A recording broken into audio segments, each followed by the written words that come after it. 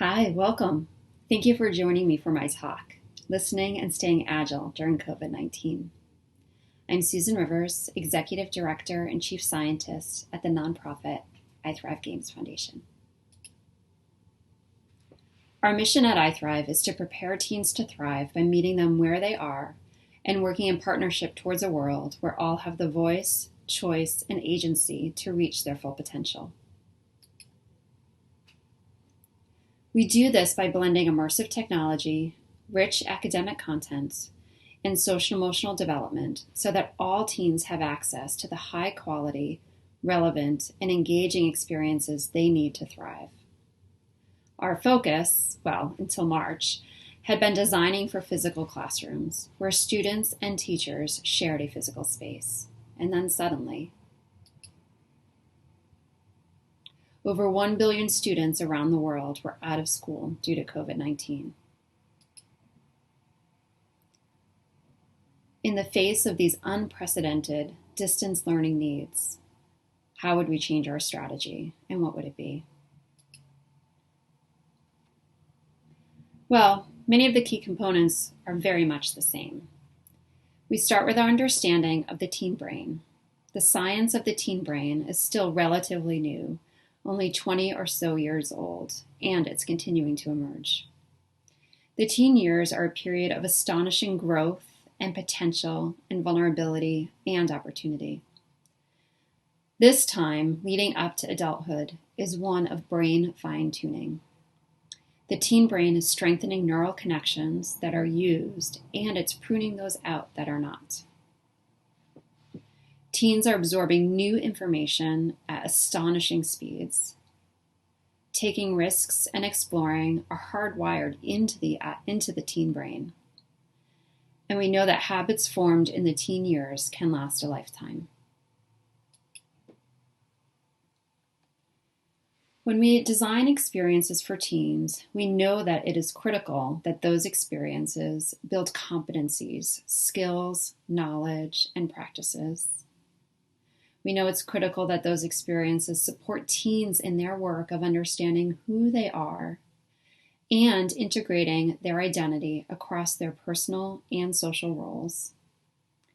And we know that it is critical that those experiences give teens agency, growing their sense of influence over the world and their life path. Critical competencies that we design for are social and emotional skills. We design experiences that give teens the opportunity to develop their self-awareness, self-management, social awareness, relationship skills, and responsible decision-making. These design tenets are the foundation to our products, and through those products, we hope that students forge deeper connections with each other, with their teachers, with their parents, and with their learning, and that students develop perspective on the big questions of life, learning to make decisions and take actions for the betterment of the world, while understanding their own individual contributions. Let's take a look at the iThrive curriculum. In our game-based units, we marry compelling games that are commercially available, high school English language learning arts standards, social and emotional learning, and of course, our understanding of the teen brain. In the unit Museum of Me, which we created with educators and game-based learning experts Paul Dervasi and Matt Farber, we selected the award-winning game What Remains of Edith Finch.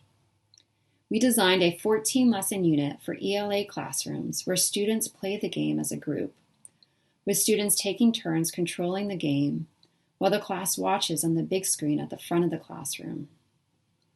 Across 3 to 4 weeks, students assess and explain environmental storytelling in the digital age. They analyze how objects, environments, and the stories we tell communicate identity.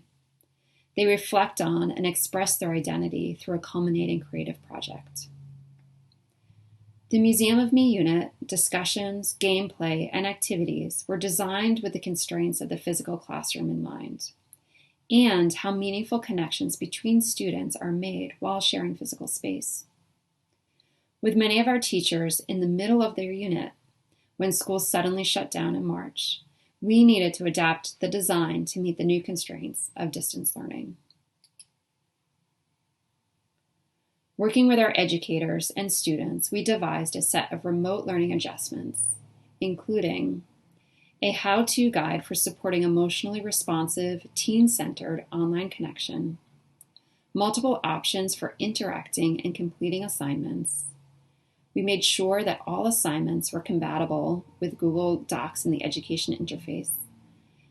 And we created a blended or flipped learning model that used individual gameplay and whole group discussion.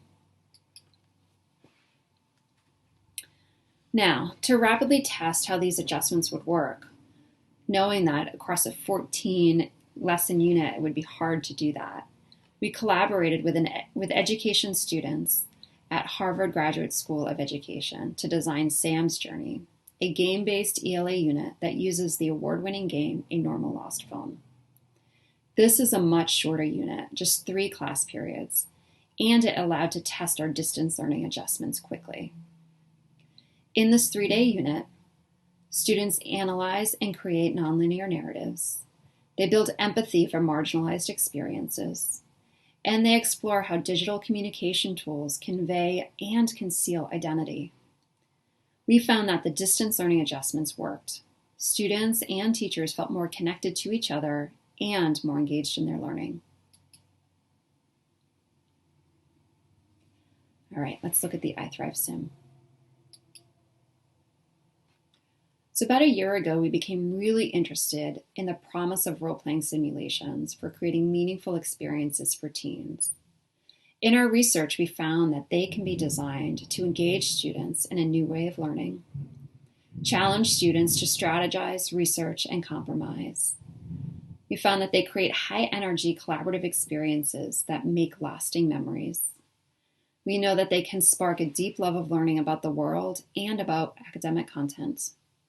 We know that they can be designed to inspire civic participation and that they can embed social and emotional learning authentically and meaningfully. The iThrive Sim approach to role-playing simulations is based on the award-winning, site-based role-playing simulation, the Situation Room Experience, which is housed at the Reagan Presidential Library Museum in California. We worked with the creators of the Situation Room to design a set of role-playing experiences that teachers and students could use in their classrooms anywhere in the country. We built a robust digital web-based platform to run the role-playing simulations. It's important to note that the technology is just one component of the experience. Students interacting with each other face-to-face in real time is where the real action is. Students use the information provided by the web-based platform to negotiate and compromise with each other. Students lead discussions, applying and extending knowledge, practicing and building their social and emotional skills. Our first scenario was constitutional crisis. It was designed for 18 to 40 players interacting in person in the same space. As we were getting ready to test it in the classrooms in March, school suddenly closed. So we took our scenario and tested its feasibility using video conferencing. But the interactions that needed to happen across that many players proved too much for remote play. So we focused on the constraints of distance learning and designed a new scenario that built the remote nature of the interactions into its storyline. Lives in Balance is an iThrive Sim scenario created in response to the COVID-19 pandemic. Players in this scenario explore the constitutional limits of federalism while weighing the consequences of opening a closed economy against the health of a nation. This scenario is designed for just 6 players. The premise of the scenario is that a coalition of 4 state governors plus 2 federal officials, one from the CDC and one from the Commerce Department, is meeting via video conference to make decisions about opening the economy back up after statewide closures due to a global pandemic. So teachers who have larger classrooms set this up so that 6 groups of 6 players play either at the same time or at different times. Here you can see how players split their screen to interact both with the platform and with each other using Zoom or another video conference service. And here's a glimpse of the platform.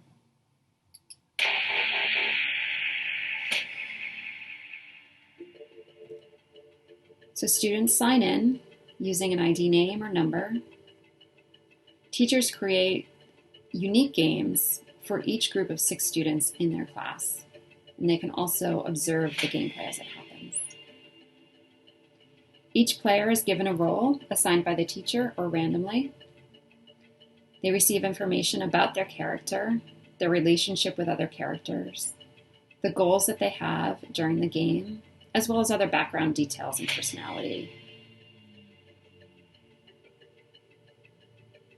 Each player receives a set of documents unique to their role, both at the beginning of the game, and then they get more documents and images as the game progresses.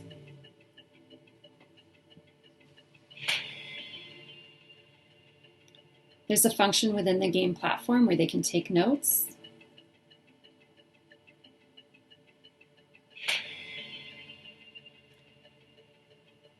There's a social media function of the game where players are both receiving messages from the public, from other government officials, and each other.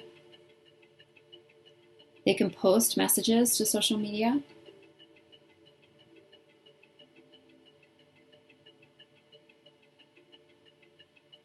And they can directly message other players in the game.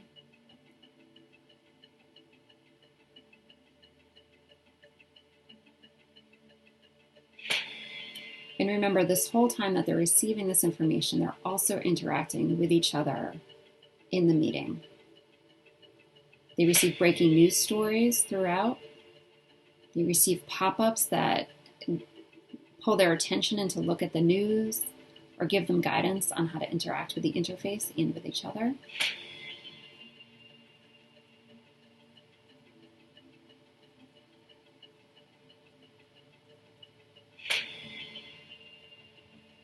And at 2 points during the 40-minute gameplay, they need to make decisions. They each have their own decisions to make, and their decisions impact both what happens next for them and for the other players.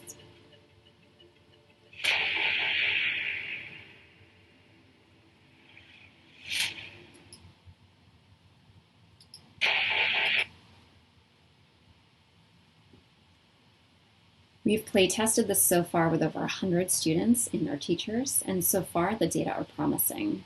Students have told us that it's a great activity to put the outbreak into perspective and to put you into a situation where you're forced to think outside of the box. I realized one student said that there's not really a right choice, just a smart move. And another student told us that this is the best learning experience they've had all quarantine, hands down. Teachers have told us that it's exactly what they're looking for in their classroom, structured debate. One teacher told us that they haven't seen that kind of fire very often in kids, as they saw during the role play. One told us that the sim created an opportunity for kids to get out of tunnel vision, narrow perspective, and reevaluate their own reasoning. Another said, "It's amazing. I saw firsthand how effective it was at engaging students and how great it was at collaboration." We plan to make the platform and educator training on it available to teachers across the country this fall. And to learn more about the iThrive Sim, the iThrive curriculum, and our other offerings, we invite you to visit us in the Games for Change marketplace and contact us directly if you're interested in piloting any of our products. They are free to teachers. We hope to hear from you, and thanks again for spending this part of the festival with me. Please stay safe and enjoy the summer.